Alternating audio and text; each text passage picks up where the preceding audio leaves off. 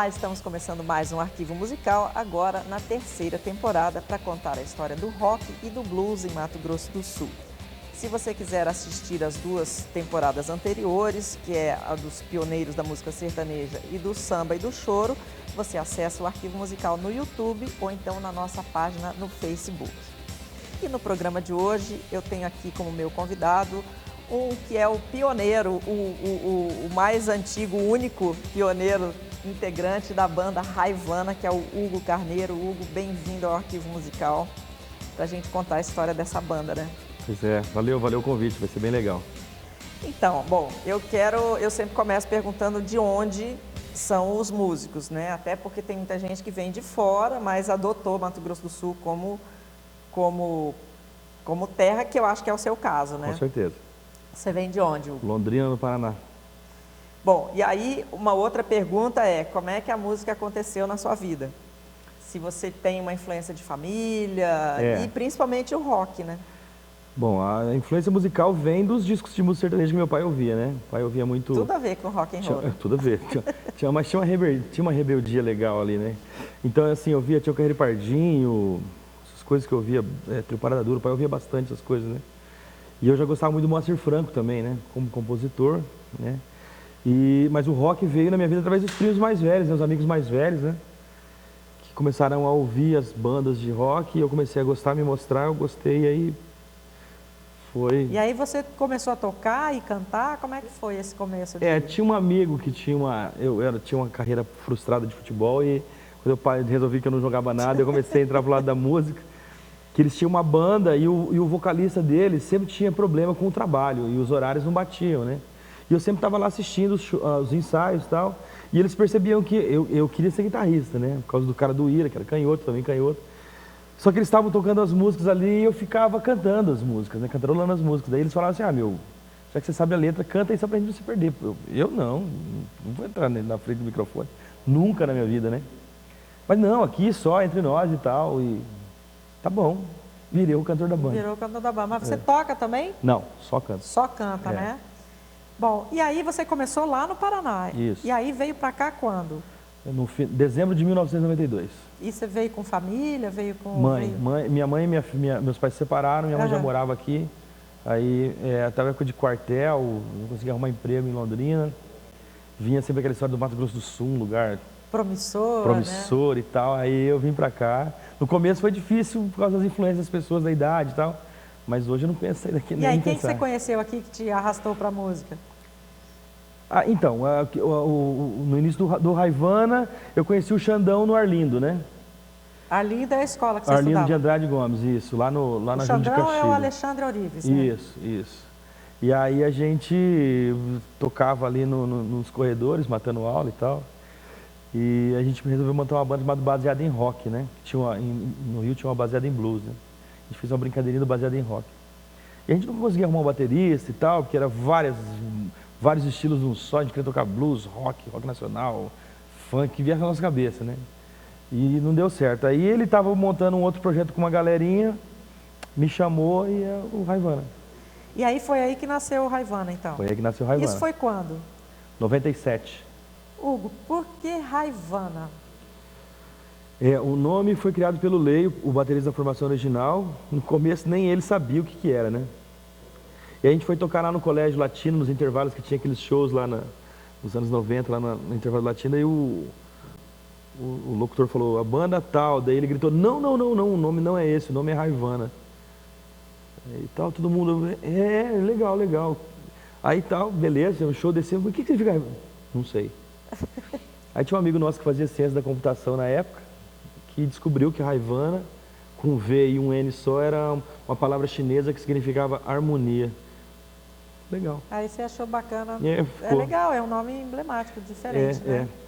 E qual que era a formação original? Quem que era a formação original do Raivana? Você, né? Que era o Lei na bateria, o Marcos no baixo e guitarra, trocou ali, depois o Magu, o Wilton Magu, baixo e guitarra, o Xandão na guitarra, o Christian no vocal comigo e tinha o Leandro no teclado. Era quase um Titãs. Ah, tá, entendi. E assim, E vocês, qual que era o estilo da banda? É o mesmo estilo que vocês mantêm até hoje? Ou... Então, Misca, eu acho que na maioria das vezes a gente que vem dessa geração do Faça Você Mesmo, a gente tem esse problema de não ter uma característica básica para montar uma banda. Então você quer tocar tudo que você acha legal, e não é bem assim, né? A gente tocava de tudo, cara. Tocava rock internacional, rock nacional, tinha até funk no meio da parada. Mal tocado pra caramba, mas tinha. Quantas formações o Raivana teve nesse? Meu Deus. Cara, várias. 17 anos, né? Mas assim, baterista... Você diz assim, troca um, troca o outro? Na verdade, assim, pra gente o grande marco é em 2004, quando a formação original se rompe de vez, né? Os caras queriam fazer outro tipo de estilo musical. E ali, eu e o Marcos Câmara, que ficamos na época juntos, né, da banda, a gente resolveu, a gente ficou muito tocado com o lance de fazer música, né? A gente gravou o CDDM em 2001, o Super-Herói tocou no estado inteiro, levou a gente pra tudo quanto é lugar. Vítima, seu olhar tão lindo, me perdi num compromisso que eu nem sei bem o que é. Isso me mudou tão de repente, coisas que só se entende quando sente e não voltam mais. Tentei de tudo que eu podia conseguir, prometi nunca mais mentir, mas o nunca é muito tempo, meu amor, e o tempo acabou, o tempo acabou. Mudei todos os meus planos, até ouvir bem mais Caetano pra te ter perto de mim. Revirei toda a minha vida, larguei o cigarro e a bebida e agora te tiram de mim. Tentei ser os dois lados da mesma moeda, eu fui a dor e o consolo após a queda, mas no mundo onde o poder vence o querer, super-heróis já não existem mais, já não existem mais.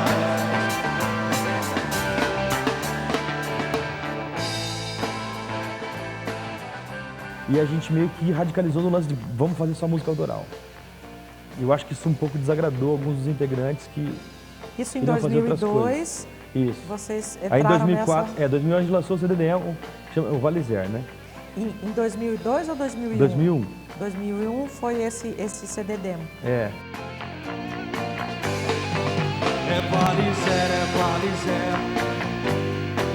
é Valizer, é Valizer. É o primeiro sutiã na vida de uma mulher. Segura os peitinhos, segura os peitão, não deixa eles caírem, não deixa cair, não. É Valizer, é Valizer, é Valizer, é Valizer. É o primeiro sutiã na vida de uma mulher. Segura os peitinhos, segura os peitão, não deixa eles caírem, não deixa cair, é Valizer, é Valizer. Por que um CD demo assim? Vocês não tinham condição de gravar o CD mesmo? Não. E o CD só foi gravado porque o Marcos fazia artes e era conclusão de curso dele. Ele falou, vamos gravar umas musiquinhas para conclusão do meu curso e tal. E era eu e ele que escrevia as músicas na maioria das vezes, né? Eu escrevia, ele fazia a música. E aí tomou corpo a coisa, porque realmente o Super-Herói começou a tocar, já tinha Valizer, que a gente já tocava desde o início, ela não tinha uma gravação, mas assim, as apresentações dos shows já tinha ela bem marcadas, as pessoas já conheciam. Então essas duas músicas já estavam bem marcadas e a gente falou, não, vamos fazer um CD demo para, sei lá, para poder apresentar em rádio, né? Na época rolava, hoje você fala CD demo, alguém pergunta se tem alguma coisa a ver com o cara, né? Mas aí tá, isso foi 2001, aí 2002 a banda deu... Aí começou a entrar em conflito, 2004 encerrou a formação original, e aí a gente deu um tempo, parou um pouquinho, aí e o Marcos, começamos a escrever as músicas para o disco. E aí a gente foi chamando amigos mais próximos para fazer. E era sempre eu e ele, né? Daí lançamos o disco, a formação mudou. Mas assim, o legal é que depois que o Raivana assumiu de verdade a influência do rock brasileiro dos anos 80, aí a banda caminhou para um lance legal, entendeu? Para um caminho legal. E aí vocês começaram a fazer mais sucesso ainda. Cara, tocar para fã de Legião Urbana é impressionante, né, cara? É um público muito fiel, Misca. Não tem como você deixar eles órfãos da coisa, sabe? Eles sempre falam isso pra gente. O Raivana não pode parar de tocar, tem que tocar as músicas suas, sim, sempre, como faz nos shows. Mas vocês não podem deixar a gente órfão porque não tem mais quem toque isso, né? Aí vocês tocam também no repertório Toca rock, também. rock nacional. Esses eventos, por exemplo, eu sempre costumo dizer o seguinte, esses eventos do governo, da prefeitura... Os institucionais, né? A gente faz ele 100% autoral, porque eu acho que é ali que o músico tem a oportunidade de mostrar o seu trabalho, né? Não acho legal você ir lá e ficar cantando. Agora, nos bares é mais difícil você apresentar um trabalho somente autoral, né? Então, o que a gente faz? A gente faz o show dos anos 80 e no meio disso a gente vai colocando as músicas nossas.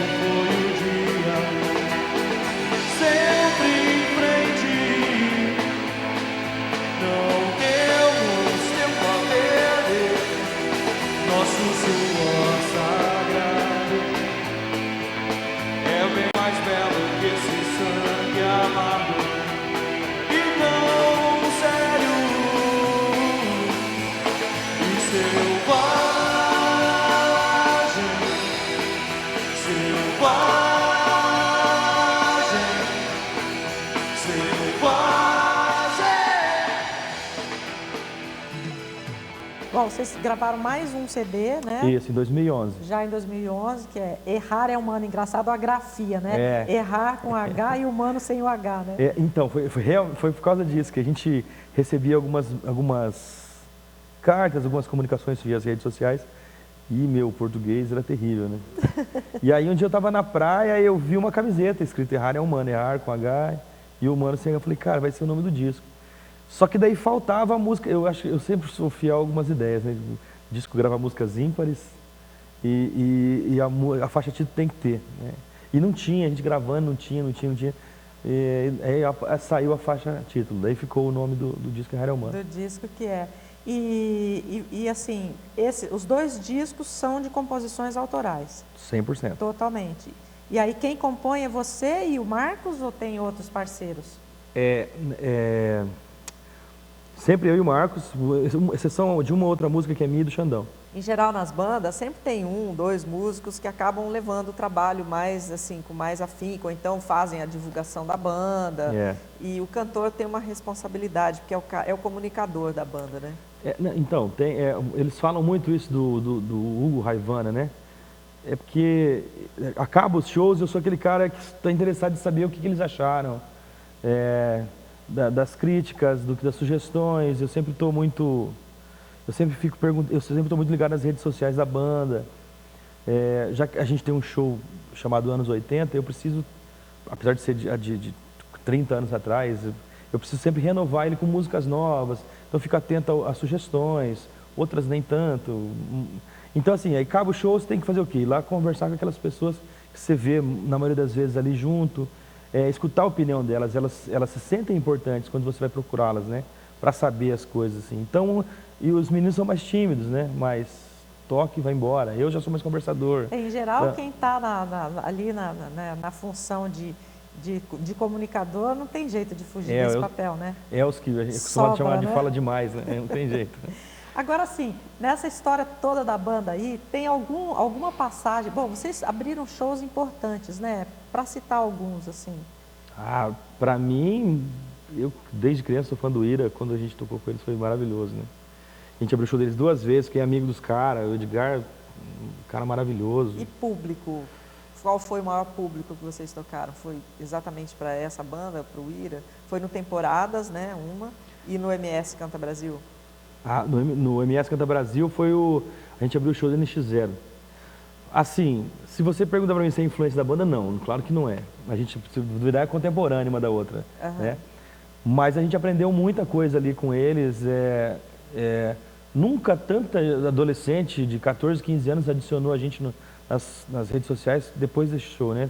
Então a gente teve a oportunidade de mostrar o nosso som para um pessoal mais jovem, para também ter essa renovação do público, né? Mas assim, show de maior público, eu acho que foi o do Ira e do Caetano Veloso. O show do Caetano Veloso cantando Super-Herói, que cita ele na música, a gente mostrou para ele. Foi muito legal. Mas assim, todos eles têm a sua importância. O Nenhum de Nós fazia 20 anos que não tocava aqui no Mato Grosso do Sul. Tinha gente que só conhecia, que passou a conhecer o Nenhum de Nós quando a gente começou a tocar lá em 97, né? Uma história de uma garota que viu eu e o Dinho, queria uma foto da gente junto. Aí eu conheci o Capital Inicial por causa da banda desse cara que tocava o Capital Inicial, entendeu? Então assim, tem umas histórias bacanas, ver aqueles fãs da Legião no interior cantando de braço aberto e olho fechado, assim, que nunca tiveram a oportunidade de ver a Legião ao vivo, e você tá ali levando pro cara um show ao vivo, de corpo e alma, de coração. Nossa, eu não pretendo parar tão cedo. E me diz uma coisa, uma história engraçada aí nesses 17 anos, assim, uma história que marcou a banda, ou que deixou de saia justa, ou de calça justa, né? Tem algumas que eu não posso contar que... Não, tudo bem, você filtra aí, o que pode contar. Então, tem uma que eu sempre conto, cara, que aconteceu num bar aqui em Campo Grande, e a gente estava tocando e uma menina me puxou assim pela camisa e falou: cara, vocês tocam rock nacional e não tocam a música Heitor. Eu vou entregar um segredo meu aqui, mas eu normalmente quando a gente não toca alguma música que o pessoal pede, eu olho no set e falo: putz, a gente não ensaiou, né? E eu falei isso pra ela, falei, cara... Essa é clássica, né? Eu falei, cara, a gente não ensaiou a música. Essa não tá no repertório. Mas eu não sabia que música era essa do tal do Heitor. Beleza. Aí a guitarra do nosso guitarrista da época, o Helder, estava dando problema, porque tinha um negócio de ar que jogava água nela e ela desafinava toda hora.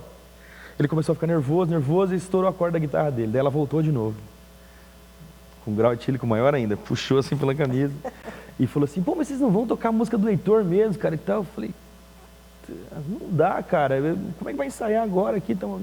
Na terceira vez que ela veio, eu não aguentei. Eu falei: mas cara, que música é essa do Heitor? E nisso o Helder bravo lá pro outro lado, né, com a guitarra, afinando a guitarra dele. Daí ela falou assim: é aquela música, cara, Heitor, eu não te escuto mais. Sabe? Aí eu puxei o Helder assim, ele quase me bateu de raiva. Que ele tava, não, cara, escuta essa história que você precisa ouvir essa história aqui. Aí parece que depois daquilo ali o show ficou maravilhoso. E aí, da formação atual que a gente estava falando, o que cada um dos integrantes assim, faz e se eles têm... Falar um pouquinho mais desses integrantes. Tá. O Walter Madruga, ele é professor de bateria na Escola Carlos Gomes, né? E ele tocou muito tempo numa banda de reggae bem conhecida da cidade, o Canastra, né? O Danilo também tocou no Canastra, nessa banda de reggae, o baixista. E também é professor de música lá na Carlos Gomes. O Maurício Kemp, ele é proprietário de uma escola de música chamada Gig Musical. Toca em vários projetos, que ele é idealizador, que chama Brown Dino. Tocou em várias outras bandas da cidade também. Hugo, muito legal saber de histórias. Algumas delas eu já sabia, mas muitas, né, não sabia, e são tantos anos de banda. E parabéns pelo trabalho, né? E muito obrigada pela sua participação aqui no Arquivo Musical. Eu que agradeço. Ter um espaço assim para falar da banda, das coisas da banda é importante, e que nunca nos falte esse apoio aqui que vocês dão pra gente. Eu conversei com o Hugo Carneiro, um dos integrantes e fundadores da banda Raivana aqui no Arquivo Musical. A gente para pro intervalo, daqui a pouco a gente volta.